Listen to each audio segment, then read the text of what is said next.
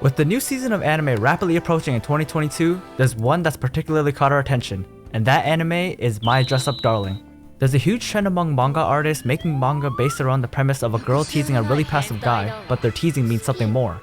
And a lot of these manga are actually fairly successful, such as Nagatoro, Takagi-san, Uzaki-chan, and Anjo-san, just to name a few. I don't know how you guys feel about them, but I kinda like them. Maybe I have a teasing/bullying fetish. Daddy, chill. Oh well. They're pretty popular amongst readers, so popular that anime adaptations are being made from these manga, and My Dress Up Darling happens to be one of the recent ones that'll be airing this year. Before we begin, to give a little background about the story, we're going to start by introducing the main character, Wakana Gojou. As a child, he was taken in by his grandpa after his parents died, and his grandpa introduced him to Hina dolls as he's a Hina doll maker himself. Mesmerized by the beauty of them, Gojou also wanted to become a Hina doll maker and spent his days practicing and perfecting his skills.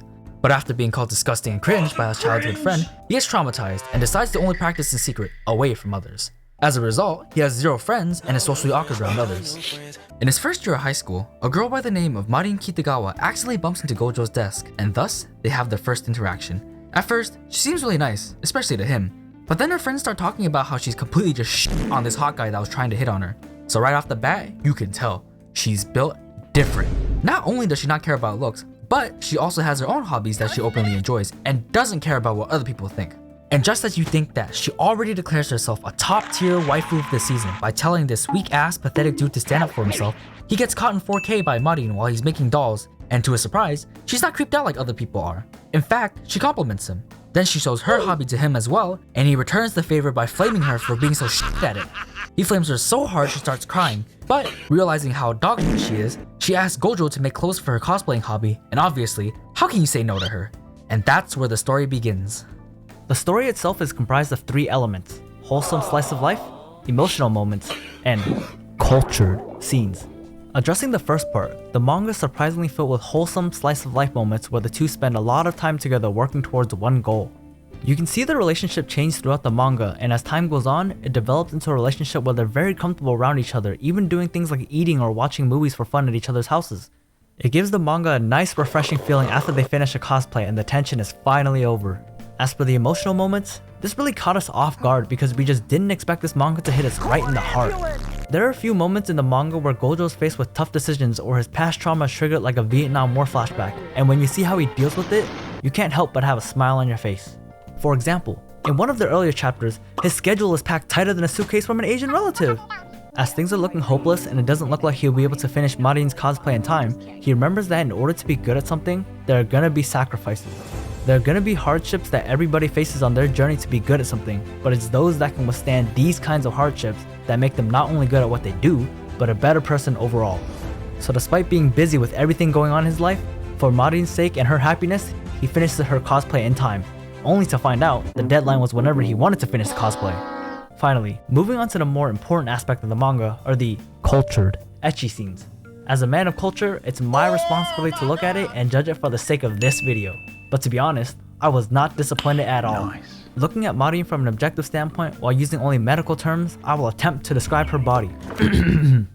Damn, she got some big ass titties and wide ass childbearing hips! Very readable, 10 out of 10. It's to no one's surprise that this manga has a lot of ecchi moments, but we think it adds some decent value to the manga as it shows that Marin is fairly comfortable in her own skin and she isn't scared to show off a little bit, even in front of Gojou. Gojou as a character is pretty normal in some ways and abnormal in others. For example, he blushes and gets flustered from the slightest touch from Marin, which is understandable considering what his character has been through. His character deals with past drama, and seeing him being able to conquer his fear of judgment is very satisfying, even though we see it all the time in anime and manga. One thing about Gojou is he's very serious when it comes to making Hina dolls and creating cosplay for people to wear. He's someone that others can rely on to make sure his work is high quality and consistent with the character being cosplayed. Moving on to Marin, like we mentioned earlier, she has a lot of confidence in herself, and she isn't afraid to flaunt it, especially if it's for her hobby. That type of confidence isn't seen too often in female characters in anime or manga, although it is becoming more and more prevalent now than it was before. Marin is super pretty and she has lots of cute moments as well.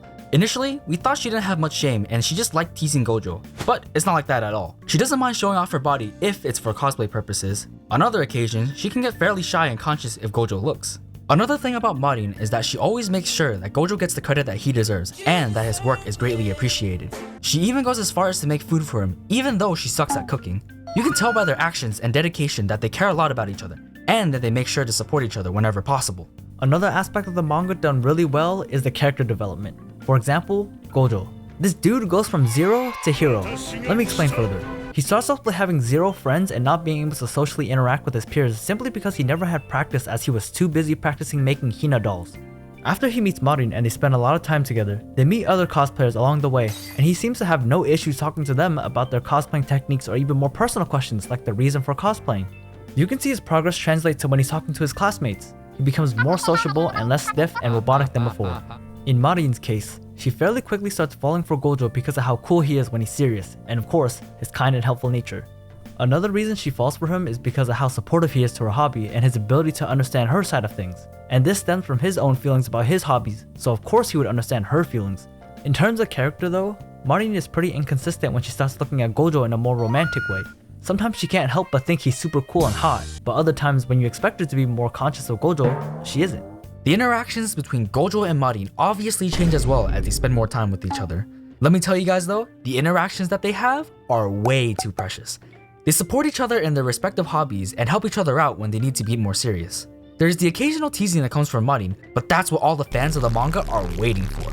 Also, their conversations seem very lifelike. It's not like they're battling wits, but they like to showcase the information that they know and lay it all out on the table for the other to see. It really shows how much time and effort they put into each topic, especially Gojou. Hello there. The art is pretty amazing. Characters are portrayed exactly how the author intended them to be. Gojou is more plain and simple, while Marin is super pretty and well detailed throughout most of the manga. The facial expressions are pretty spot on. You can definitely feel the same emotions as the characters, and it makes the reader able to understand the situation much more. You can even feel the intensity or the excitement that the characters are feeling. Since it's Cloverworks working on the anime adaptation, the pacing of the story might be a bit of a coin flip if their previous works are any indication, but it's no doubt going to be well animated and very pretty in terms of the artwork and design. We think the pacing will be fine for this manga in particular because it has a lot of smaller details and side stories that the anime can just simply pass over if they choose to do so, but hopefully they'll animate all the cultured scenes well. That's all we ask for. We're really looking forward to this anime adaptation, and hopefully adding sounds, voices, and music to these scenes will enhance the audience's experience because the manga is already so well done without it. That's all from us today, so until next time, peace.